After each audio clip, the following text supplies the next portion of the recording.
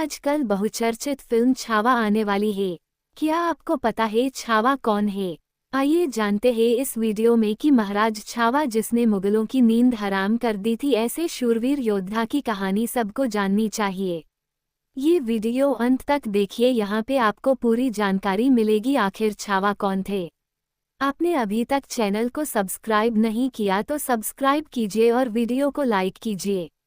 महाराजा संभाजी महाराज को छावा नाम से जाना जाता है। छत्रपति शिवाजी महाराज को मराठा साम्राज्य का संस्थापक माना जाता है, जबकि संभाजी महाराज उनके सबसे बड़े पुत्र और उत्तराधिकारी थे, जिसका अर्थ है कि शिवाजी ने राज्य की स्थापना की और संभाजी ने अपने पिता की मृत्यु के बाद शासन किया तथा मुगल सेना के खिलाफ मराठा विरासत को जारी रखा। मूलतः शिवाजी पिता तुल्य हैं और संभाजी पुत्र हैं, जिन्होंने साम्राज्य के लिए लड़ाई जारी रखी। आइए देखते हैं कौन थे संभाजी महाराज। छत्रपति संभाजी महाराज एक सच्चे धर्मवीर थे, जिन्होंने अपने पिता छत्रपति शिवाजी महाराज की तरह औरंगजेब के सामने घुटने नहीं टेके। हालांकि औरंगजेब ने संभाजी महाराज को 40 दिनों से अधिक समय तक क्रूरतापूर्वक प्रताड़ित किया था। हिंदुओं को संभाजी महाराज से धर्म के लिए बलिदान करना सीखना चाहिए। वे संस्कृत भाषा के विद्वान थे। उन्होंने अकेले ही औरंगजेब की विशाल सेना के साथ 9 वर्षों तक युद्ध किया। उन्होंने और उनके बाद मराठा शासकों ने औरंगजेब को 27 वर्षों तक महाराष्ट्र में रखा, जिसके परिणामस्वरूप अंततः उत्तर भारत में हिंदू शासन की स्थापना हुई। संभाजी महाराज ने गोवा में पुर्तगालियों के साथ भी युद्ध किया, क्योंकि वे हिंदुओं के बड़े पैमाने पर धर्मांतरण की योजना बना रहे थे और उन्होंने गोवा में हिंदू मंदिरों को ध्वस्त कर दिया था। संभाजी महाराज के बारे में विस्तृत जानकारी इस प्रकार है।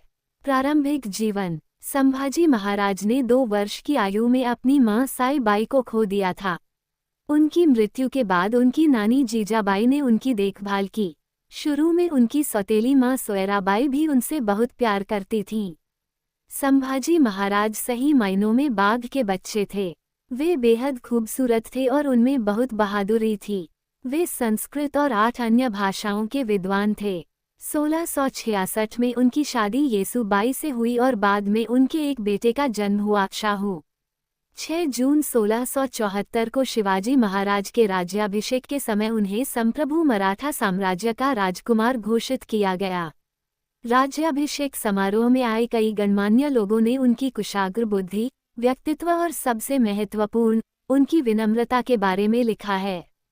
एक राजकुमार के रूप में संभाजी महाराज ने 1 से अधिक अवसरों पर अपनी बहादुरी और सैन्य प्रतिभा साबित की। उन्होंने 16 वर्ष की आयु में रामनगर में अपना पहला युद्ध लड़ा और जीता। 1675 से 76 के दौरान उन्होंने गोवा और कर्नाटक में सफल अभियानों का नेतृत्व किया। अपने पिता के साथ मनमुटाव और सुलह। शिवाजी महाराज की पत्नी सोयराबाई और कुछ अन्य दरबारियों द्वारा भड़काई गई राजनीति ने संभाजी महाराज के मनमुटाव को जन्म दिया। लगभग 1 वर्ष तक संभाजी महाराज ने शिवाजी महाराज के राज्य को छोड़ दिया और राजनीति के हिस्से के रूप में औरंगजेब के सेनापति दिलेर खान से जुड़ गए। ये शिवाजी महाराज के लिए एक कठोर और अत्यंत दुखद आघात था। इस प्रक्रिया ने एक तरफ संभाजी महाराज और दूसरी तरफ सोयराबाई के बीच दरार को और बढ़ा दिया। परिणामस्वरूप संभाजी महाराज को राजाराम की शादी के लिए आमंत्रित नहीं किया गया और इसके अलावा उन्हें कुछ दिनों बाद छत्रपति शिवाजी महाराज की अचानक मृत्यु के बारे में भी नहीं बताया गया। राजाराम शिवाजी महाराज और सोयराबाई की संतान थे। राज्याभिषेक सोयराबाई और उनके समर्थकों ने संभाजी महाराज को पन्हाला के किले में गिरफ्तार करने की साजिश रची, जहां वे शिवाजी महाराज की मृत्यु के समय ठहरे हुए थे। वे राजाराम का राज्याभिषेक करना चाहते थे और संभाजी महाराज को मराठा सम्राट नहीं बनने देना चाहते थे। हालांकि सरनोबत मराठा सेना के सर्वोच्च कमांडर और सोयराबाई के भाई हंबीरराव मोहिते ने संभाजी महाराज का समर्थन किया, क्योंकि वे सिंहासन के असली उत्तराधिकारी थे। शिवाजी महाराज की मृत्यु के समय महाराष्ट्र पर औरंगजेब की सेना के आसन हमले की खबर थी और ऐसे महत्वपूर्ण मोड़ पर संभाजी महाराज जैसे मजबूत नेता की जरूरत थी।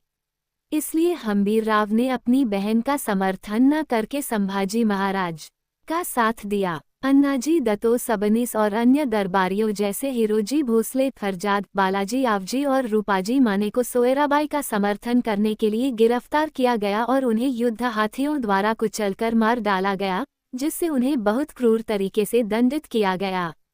यह मुख्य रूप से हम्बीरराव के समर्थन के कारण था कि संभाजी महाराज 1681 में मराठा सिंहासन पर अपने सही स्थान पर आसीन होने में सक्षम थे। संभाजी महाराज ने औरंगजेब को 27 साल तक उत्तर भारत से दूर रखा। संभाजी महाराज ने अपने छोटे से जीवन में जो उल्लेखनीय कार्य किए, उनका पूरे भारत पर दूरगामी प्रभाव पड़ा।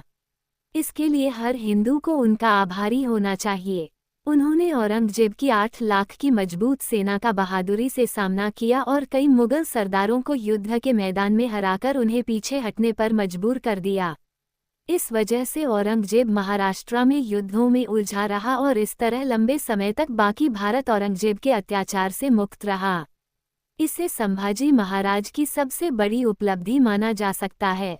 अगर संभाजी महाराज औरंगजेब के साथ समझौता कर लेते और उसके अधीन रहने का प्रस्ताव स्वीकार कर लेते, तो अगले 2 या 3 साल के भीतर औरंगजेब फिर से उत्तर भारत पर कब्जा कर लेता। लेकिन संभाजी महाराज और अन्य मराठा शासकों राजाराम और महारानी ताराबाई के संघर्ष के कारण औरंगजेब को 27 वर्षों तक दक्षिण भारत में युद्धों में उलझना पड़ा।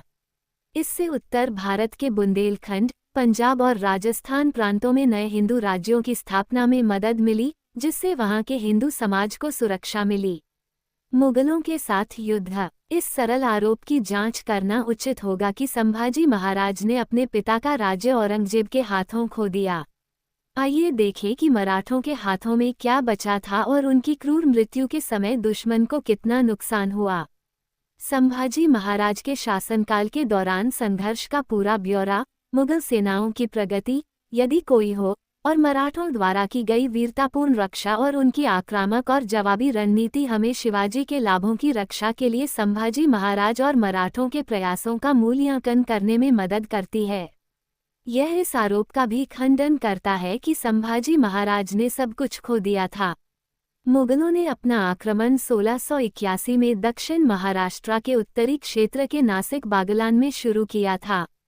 वर्ष 1686 तक मुगल सेना किसी भी किले पर कब्जा करने में सफल नहीं हुई थी। हालांकि मुगल सेना ने संभाजी महाराज के शासनकाल के अंतिम 2 वर्षों के दौरान कुछ किलों पर कब्जा कर लिया था, लेकिन औरंगजेब को विश्वासघात को बढ़ावा देने के लिए मजबूर होना पड़ा। 1686 के अंत में केदार आसोजी को मनसब देकर मुगलों ने सलहेर किला ले लिया। 1687 में रामसेज को भी धोखे से जीता गया। 1688 के अंत और 1689 की शुरुआत में मुगलों ने हरीशगढ़, त्रिंगलवाड़ी, मदनगढ़, मोरदांत, औंधा और करनी को धोखे से हासिल किया। 1689 की शुरुआत में माता बरखान ने श्यामराज और तेलिंगराव को नकद और मनसब देकर त्रिंबकगढ़ पर कब्जा कर लिया। पट्टागढ़ इस पैटर्न का एक अपवाद है। सीधी लड़ाई के बाद इस पर कब्जा कर लिया गया। संक्षेप में ये कहा जा सकता है कि मराठों ने 1686 तक अपने लगभग सभी क्षेत्रों पर कब्जा कर लिया था और अंत में केवल विश्वासघात के हथियार ही उनके खिलाफ कारगर साबित हुए, न कि हथियार। मुगलों ने 1681 से दक्षिणी महाराष्ट्र के मध्य भाग यानी तालकोनकन, कल्याण भिवंडी, कोथलागढ़, पुणे और सतारा क्षेत्र की ओर रुख किया। माता बरखान ने औरंगजेब को इन क्षेत्रों की कठिनाइयों के बारे में सूचित किया था। उसने राजा संभाजी महाराज की मृत्यु के बाद ही कल्याण भिवंडी, पुरगदी और तालकोनकन के अन्य किलों पर कब्जा किया। मुगलों ने 1681 से दक्षिणी महाराष्ट्र के मध्य भाग यानी तालकोनकन, कल्याण भिवंडी, कोठालागढ़, पुणे और सतारा क्षेत्र की ओर रुख किया। माता बरखान ने औरंगजेब को इन क्षेत्रों की कठिनाइयों के बारे में सूचित किया था, लेकिन राजा संभाजी महाराज की मृत्यु के बाद ही कल्याण भिवंडी, पुरगदी और तालकोनकन के अन्य किलों पर कब्जा कर लिया। हालांकि मुगलों ने 1684 के अंत में कोठालागढ़ पर कब्जा करने में सफलता प्राप्त की।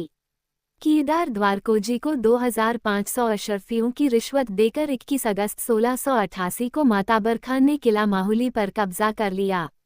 वर्ष 1684 के मध्य में भले ही औरंगजेब ने सुरपुर, शिरवल और सुपे पर कब्जा करने में सफलता प्राप्त की, लेकिन संभाजी महाराज ने रोहिड़ा, पुरंदर, श्रीवर्धन, राजमाची, सिंहगढ़, राजगढ़ और रायगढ़ जैसे सभी महत्वपूर्ण किलों पर कब्जा जारी रखा। 1687 के अंत में मुगलों ने सितंबर 1689 तक सतारा, पराली, निम्ब, चंदन, वंदन, कराड़, माझगांव और मासर पर अपना नियंत्रण स्थापित करने में सक्षम थे। 1689 से मुगलों ने वाई में अपने थानेदार को तैनात किया। दक्षिण कोंकण में मराठों ने संगमेश्वर, राजापुर, पन्हाला, मलकापुर, खेलना, परगद, कोपल, बहादुर बांदा, शिरोए और फोंडा पर संभाजी महाराज के शासनकाल के अंत तक कब्जा किया। गोवा में मुगलों ने फरवरी 1689 से ही अंतरज महल में अपना शासन स्थापित किया। उत्तरी कोंकण में मराठों ने कुलाबा, खंडेरी, राजकोट, सागरगढ़, पद्मदुर्गा और चेउल और इन स्थानों के आसपास के क्षेत्र पर अपना कब्जा बनाए रखा।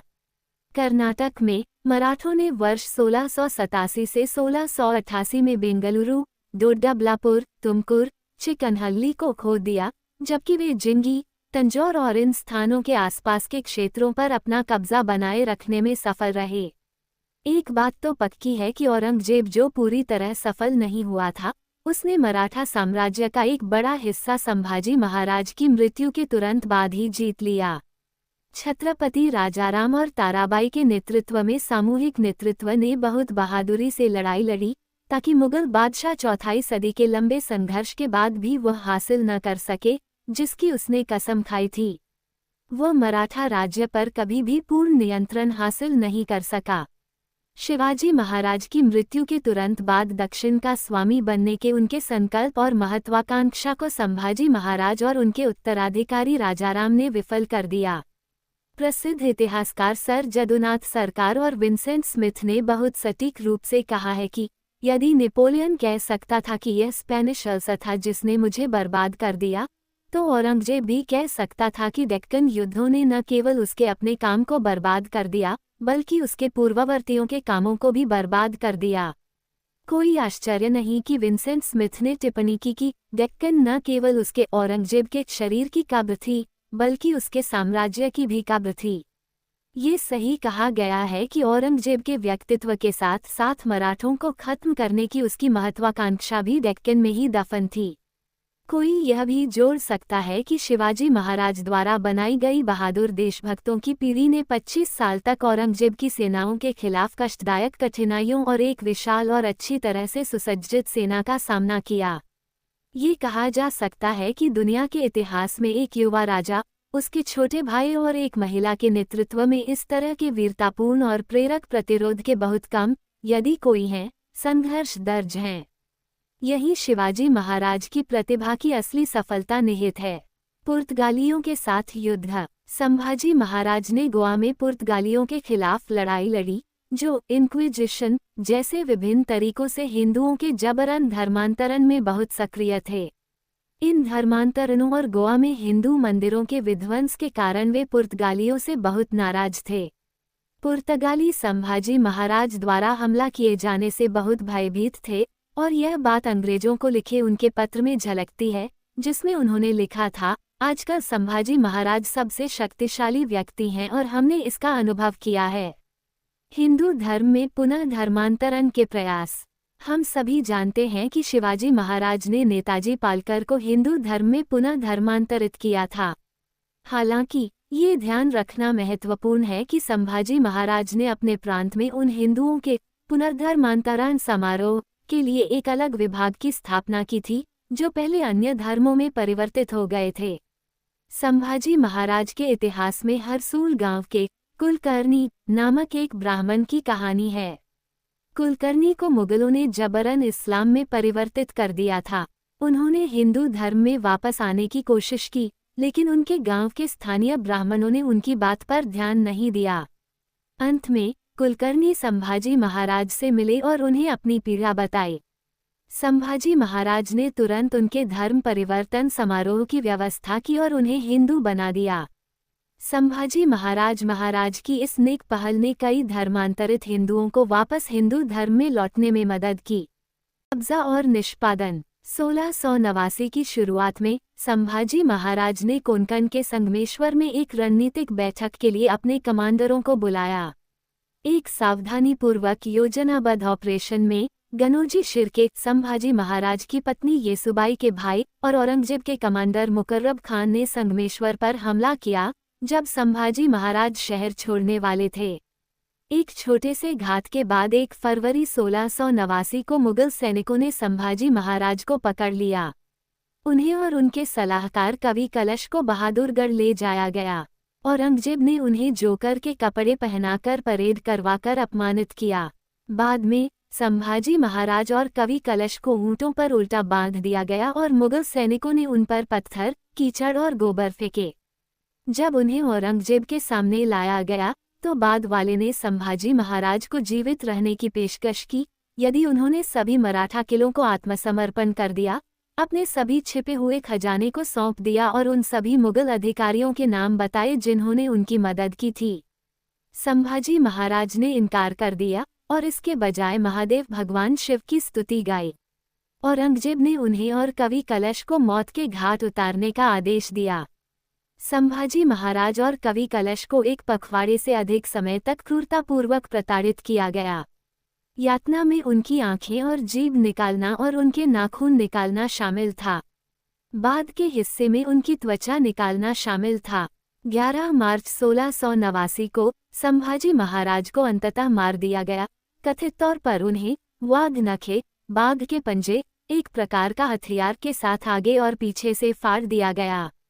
हर यातना के बाद औरंगजेब उनसे पूछता कि क्या अब उनका धैर्य जवाब दे चुका है और क्या वे धर्म परिवर्तन करना चाहते हैं, लेकिन साहसी राजा ने लगातार मना कर दिया। ऐसा करके उन्होंने धर्मवीर, धर्म के रक्षक की उपाधि अर्जित की, जिसके नाम से वे आज भी जाने जाते हैं। औरंगजेब ने संभाजी महाराज के शरीर को टुकड़ों में काटकर नदी में फेंकने का आदेश दिया। पास के वधु गांव के निवासियों ने उनके शरीर के जितने भी टुकड़े मिल सके उन्हें इकट्ठा किया, उन्हें सिल दिया और उनके शरीर पर अंतिम संस्कार किया। बाद में इन ग्रामीणों ने वर्तनी वरीयता के अनुसार उपनाम शिवलेख या शिवालेख का उपयोग करना शुरू कर दिया, जिसका मराठी भाषा में अर्थ सिलाई होता है। संभाजी महाराज की फांसी के तत्काल बाद के प्रभाव। संभाजी महाराज की मृत्यु के साथ ही मराठा संघ में अव्यवस्था फैल गई। उनके बाद उनके छोटे भाई राजाराम ने पदभार संभाला, जो मराठों के नेता बने। मराठा सेना के सेनापति महालोजी घोरपड़े, जो हम्बीरराव मोहिते के उत्तराधिकारी थे, संगमेश्वर में घात लगाकर किए गए हमले में मारे गए। संभाजी महाराज की मृत्यु के कुछ दिनों बाद राजधानी रायगढ़ मुगलों के हाथों में चली गई और संभाजी महाराज की पत्नी और बेटे को पकड़ लिया गया। हालांकि संभाजी महाराज की यातना और वीरतापूर्ण मृत्यु ने मराठों के बीच अभूतपूर्व एकता और वीर भावना को जन्म दिया। औरंगजेब ने मराठों के खिलाफ अपना भयानक युद्ध अगले 18 वर्षों तक जारी रखा, लेकिन मराठा राज्य को अपने अधीन नहीं कर सका। औरंगजेब ने अपने जीवन के अंतिम 25 वर्ष दक्कन में मराठों को हराने के लिए लगातार युद्ध में बिताए। 1707 में महाराष्ट्र के अहमदनगर में उनकी मृत्यु हो गई। 1737 में संभाजी महाराज की यातना और मृत्यु के 50 वर्षों के भीतर मराठा जाट सहयोगी सेनाओं ने दिल्ली में प्रवेश किया और पूरे पश्चिमी, मध्य और उत्तरी भारत के अधिकांश हिस्सों पर हिंदू शासन को फिर से स्थापित किया। 1192 के बाद ये पहली बार था जब पृथ्वीराज चौहान को मोहम्मद गोरी ने हराया था कि 1556 में हेमू द्वारा थोड़े समय के लिए दिल्ली को छोड़कर हिंदू सेना के नियंत्रण में था। मराठा साम्राज्य भारत में सबसे प्रमुख सैन्य शक्ति बना रहा, जब तक कि उन्होंने 3 एंग्लो मराठा युद्धों के बाद अंग्रेजों के हाथों सत्ता नहीं खो दी, जिनमें से अंतिम 1818 में समाप्त हुआ। विरासत। एक शासक के रूप में संभाजी महाराज की क्षमता के बारे में इतिहासकारों के बीच कुछ विवाद है। ये विवाद मुख्य रूप से खफी खान और ग्रैंड डफ जैसे ब्रिटिश और मुगल इतिहासकारों से आए थे। इन इतिहासकारों ने उन्हें अप्रभावी और शराबी के रूप में चित्रित किया है। अन्य इतिहासकारों, विशेष रूप से एस.जी. शिवरे ने संभाजी महाराज को एक सक्षम शासक के रूप में चित्रित किया। हालांकि बाबा साहेब पुरंदरे, शिवाजी सावंत जैसे कई इतिहासकारों ने समाज के सामने उनके बारे में सच्चाई उजागर की है।